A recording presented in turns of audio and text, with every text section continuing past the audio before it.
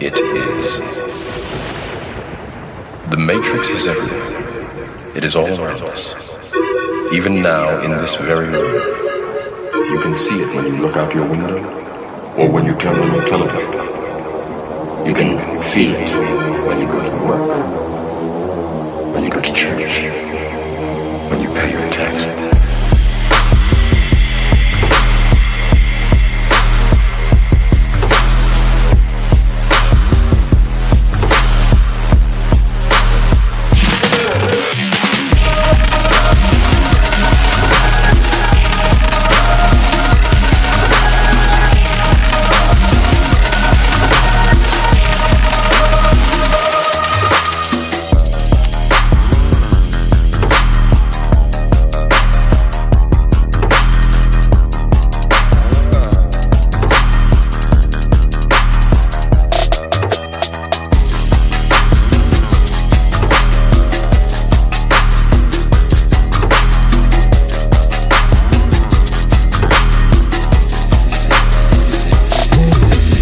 It is the world that has been pulled over your eyes to blind you from the truth.